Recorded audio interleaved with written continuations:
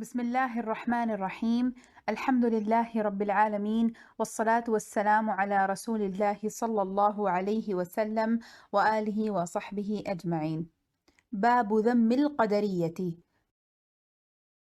حديث نمبر 19.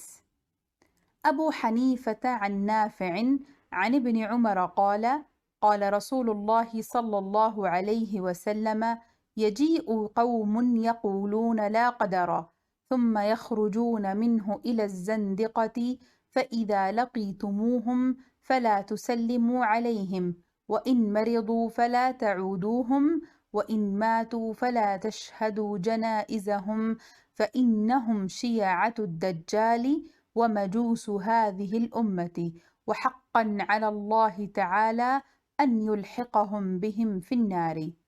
حضرت ابن عمر رضی اللہ عنہ سے مروی ہے کہ رسول اللہ صلی اللہ علیہ وسلم نے فرمایا: ایک ایسی قوم بھی آئے گی جو کہے گی کہ کوئی تقدیر نہیں ہے، پھر وہ اس سے زندقیت کی طرف سے نکل جائیں گے، لہٰذا جب تم ان سے ملو تو ان پر سلام مت کہنا، اگر وہ بیمار پڑ جائیں تو عیادت نہ کرنا، اور اگر وہ مر جائیں تو ان کے گروہ میں نماز جنازہ کے لیے داخل نہ ہونا، بے شک ایسے لوگ دجال کے گروہ سے ہیں اور اس امت کے مجوسی ہیں، اللہ تعالیٰ پر حق ہے کہ وہ ان کو دجال کے گروہ کے ساتھ آگ میں ملائے۔